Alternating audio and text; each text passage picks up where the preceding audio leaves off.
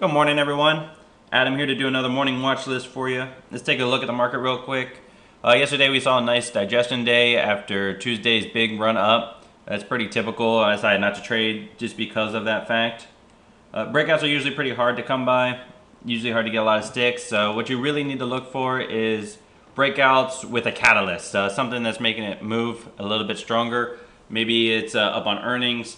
Maybe it's up on news, like an FDA approval, an investor stepping in, or maybe this whole sector is just running. But something to really push those stocks and keep them above their breakout is what you really need here, because what we're getting is a lot of pop and fades and a lot of drop and, buying up. So it makes it very difficult to trade when everything's just whipsawing and not moving anywhere. I mean, it was pretty much a flat day at 0.12%, so it makes it a little bit more difficult. So even going into today, I would expect some more consolidation here. We're still working on this big move. We're back into the overbought territory.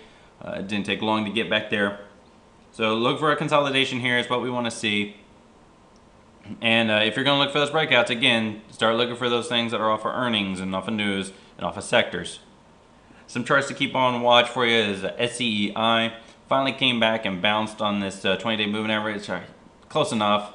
Look for it to take it that 250 level. It probably already is above pre-market, I would suspect. The volume came in good. It's very oversold. Should have got in yesterday. I didn't because I didn't trade, but still keeping this on watch just in case it doesn't gap over that 250 level. LVLT, a nice little base here, a little range. It's got going on below this 200-day moving average. Volume's coming in pretty good yesterday. So look for it to take out that. It's got some room to run up here to that 27.94 level. AXTI, I still got this one on watch. I still love this chart. It might not make it today, but I still want to keep this one on watch. I like that $6 level. I like that 200-day moving average. This one's going to be huge. It's got two levels of resistance to break through when it does. Need some volume to come in though, so just keep that on watch just in case. It is moving into the overbought territory, so any moves should be quick ones. Don't want to stay in this one for too long. RNF, this one is a recent IPO break. Coming up here to the highs. Looking for it to take out that 26 level. Going to ignore that big spike there because it was just a big spike. So looking for it to take out that 26 level. Nice pop and a flag here.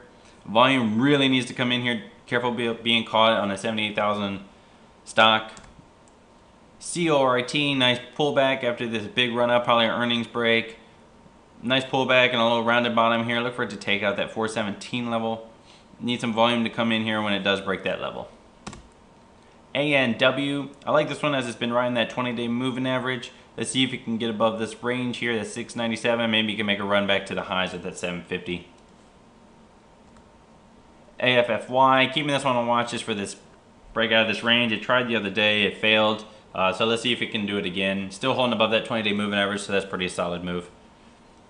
SWHC, nice popping flag here off of earnings. Definitely going to look to see if it could take out that high level. Volume is falling off on this consolidation, which is always good to see. It is still overbought, but it could be good for a quick trade. ELY, pretty much the same thing. A little nice popping flag here. Look for it to take out that 715 level. Volume's not as clean here, but it is not overbought anymore, so definitely keep that on watch for a takeout of that 715. CDTI, a big pop here, starting to pull back to that 200-day moving average. Already starting to come down here to this gap. It could bounce here on the gap. I'm going to wait to see if we can get it down to that 200-day moving average. Buy it there, set your stop down here, like that 370, 365 level. And see if we can't get it bounced. Volume's already fallen off on the sell-off, which is strong. It never made it into the overbought, but it's currently about in the middle of the 70 range. BRML, same thing, nice big pop and a nice big fade here. It's pretty much lost everything it's made. Came down to that 20 and that 50-day moving average. It's pretty much ready to buy here. Maybe look for some intraday resistance, that 166 level, maybe that 168 level. Put your stop under that 50-day or that 20-day and let it ride. I like the volume pattern. While the selling has been a lot, the volume has been very weak here. It's already moving into the oversold conditions, so definitely could be on watch for a bounce.